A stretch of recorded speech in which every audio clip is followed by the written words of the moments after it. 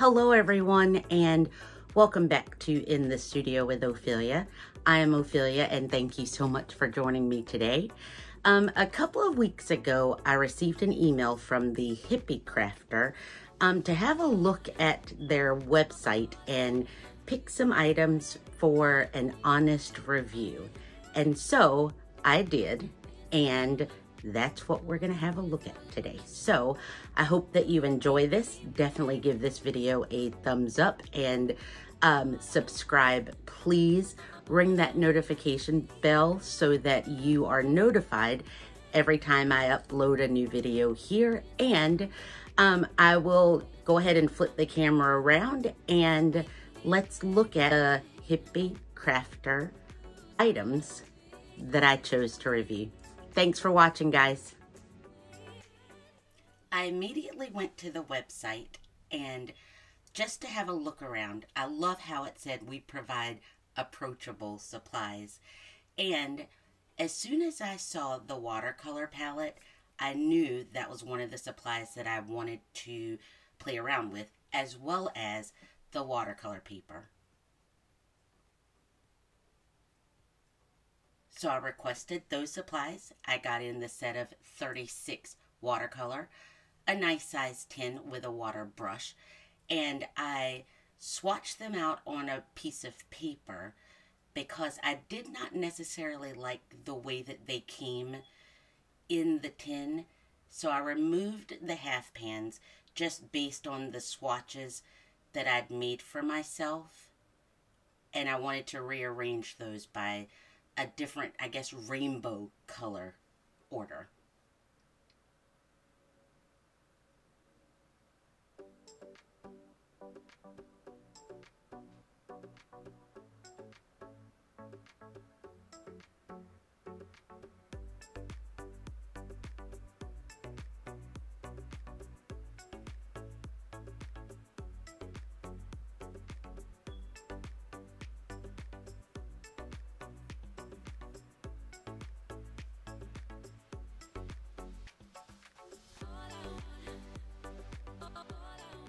And then, once I got everything laid out, I just made myself a color chart where I wrote down all of the colors in the set. And I'm so glad that I decided to do it in pencil at first, because as you'll see here in just a moment, I completely got all the way to the end and realized I'd forgotten a color.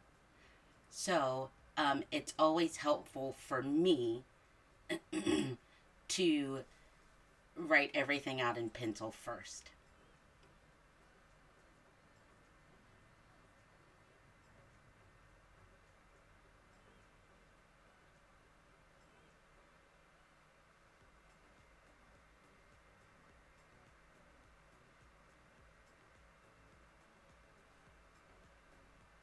Once I figured out the color that I'd missed, I went back and rewrote all of the colors. And believe it or not, I made this mistake a couple of times before I got everything written down, got my lines redrawn, and got the color chart to actually match the 36 colors that were in the palette.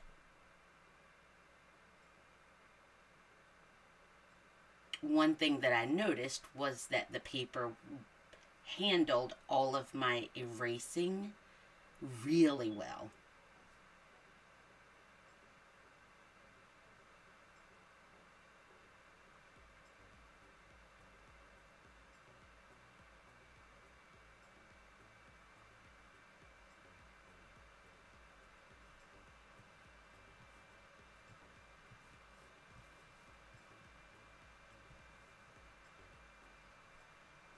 I gave them a quick spritz with my water bottle and used my Mimik brush, and I loved how the colors actually re-wet very quickly.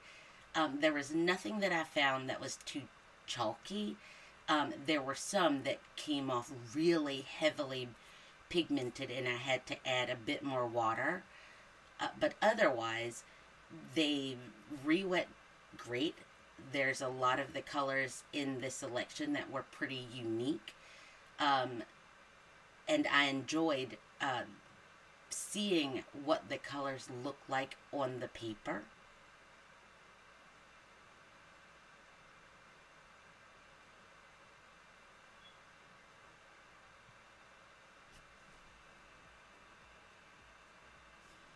I did not find that they were chalky at all or that I had any trouble re-wetting them. And I have a couple of other palettes that, you know, I wish I were better at playing around with all the watercolor palettes that I actually have, because I do have so many. And this one kind of reminds me of like my Paul Rubens. I think I have. There's a couple of sets that I've found before. And this color selection just kind of reminds me of those, almost like the Prima watercolors maybe, or like the Paul Rubens. I wish I played around with my watercolors enough to, I guess, just spot the difference in a really bad watercolor. And, you know, so far I have not, even with the watercolors that I play with a lot or have come across in swatch, I have not found one that just completely turned me off, or like, ugh, the colors are muddy or gross or chalky. It's been none of that. And these performed just as well. I was able to put in a good swatch. Of course, I then cut down the paper, and I'm using just the scraps of the paper that I had. I cut down the paper to make a little swatch for the actual palette. But I loved how the colors would, I could dilute them down and just make some really pretty colors. There was no light fast information or anything like that. It was just, the brochure said 36 highly pigmented colors. So the next thing I did was just played around with mixing the colors on the watercolor paper, and I'm trying to do better at taking notes of what colors I put together. And so you'll see me grab my pencil to just record the names, because there are times when I get some really cool mixes but have no idea, especially on a palette that I'm unfamiliar with. I have no idea of how I actually got the colors that I got. So this time I just had another piece of that watercolor paper, and I'm just playing around mixing colors. They all were bright and vivid. Nothing turned muddy or unexpectedly muddy. I just kind of enjoyed playing around and making mixes with them. And so far, everything is going really well.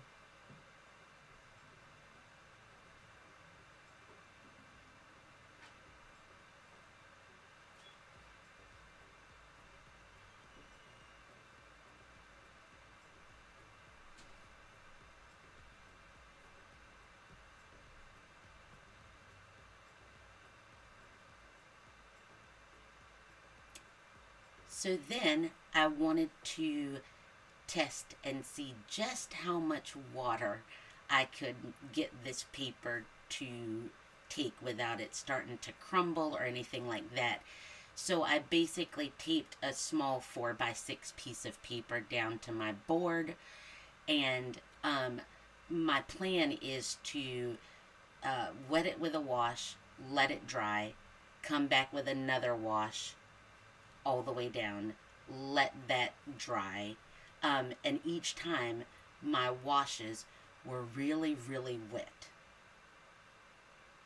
I also wanted to see, once I got into the darker colors, how, I guess, opaque I could get the coverage down at the bottom. And again, seeing if I would add too much water and actually destroy the paper or what. I also noticed as I was mixing on the uh, lid of the palette, it started to stain, but not just like a stain, but it was almost like a stickiness.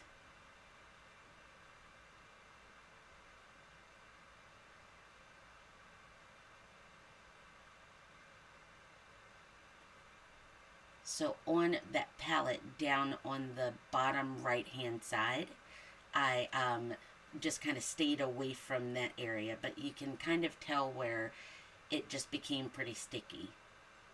And so I'm just doing that all over again with a bunch of wet washes, seeing how this paper would hold up, and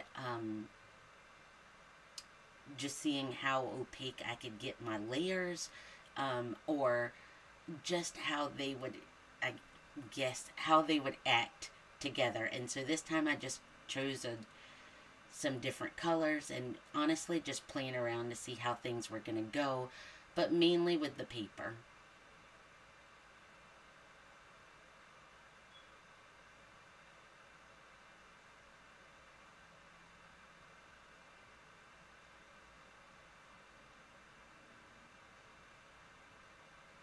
I'm also noticing the more that I pull color down onto this lid, it's still leaving, and it's not necessarily a stain like you would find on a regular tin palette, but it just felt kind of sticky, and I could not figure out what it was that was making it react that way.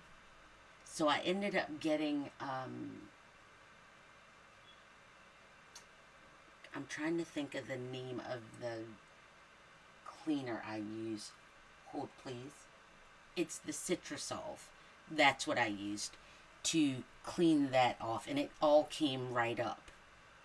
And so again, I'm just adding more water, just seeing how I can continue to go over these layers, and what would happen to subsequent layers, and how dark I could get the bottom, or dark mixes for the bottom, and everything held up very, very well. At this point, with this palette, I'm having a lot of fun. I love the colors. My only concern right now is the condition of the well, and so I ended up using Citrusol to clean it up. The paper worked great. The palette then reacted much, much better. And so now I'm just going to play around with some abstract-y type shapes, and just seeing the different colors I can come up with.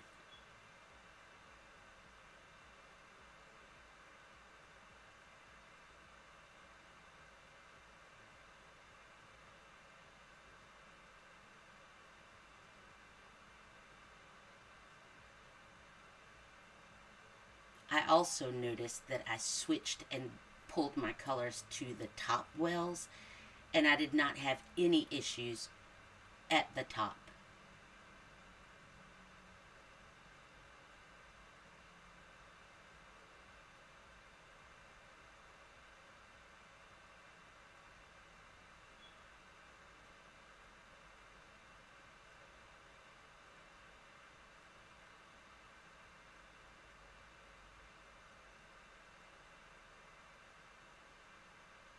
And I'm doing two of them just so that one can dry pretty well while I work on the other, because I just want to see how well they would layer.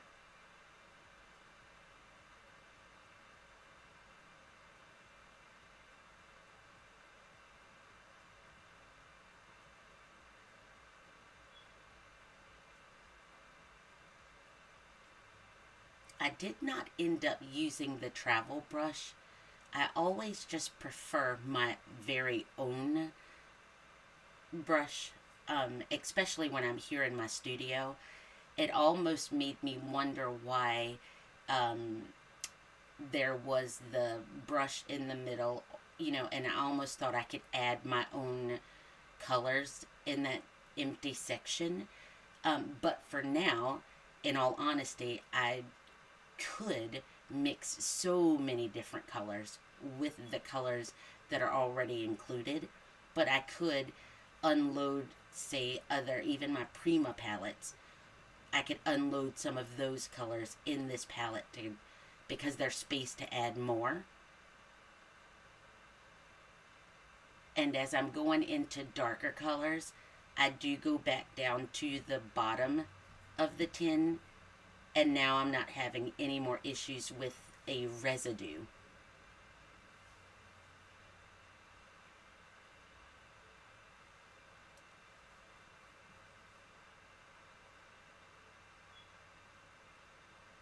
I'm using that scrap of paper to just kind of test some mixes before I go in. And, you know, I can water these down I can water these down a lot and get some really nice transparent colors.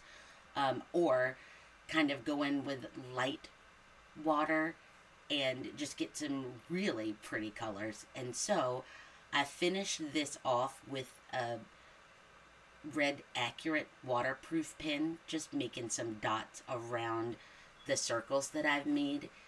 And you can totally use something like this to create a card front and send it off, as like a greeting card or something like that.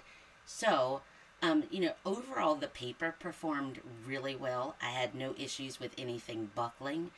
The palette of paints, nothing was chalky. Everything mixed really well.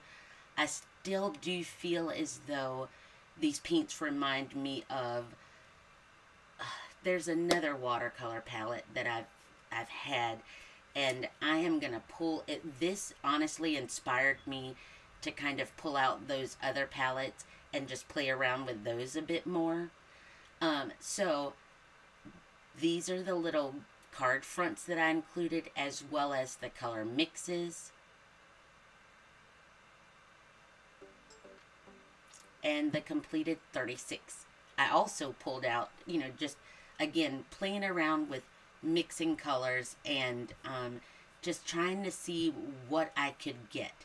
So like I said, overall, it was a great experience. I had no issues with any of the colors or anything in this palette. And it was a great palette as well as great paper. Thanks for watching, guys.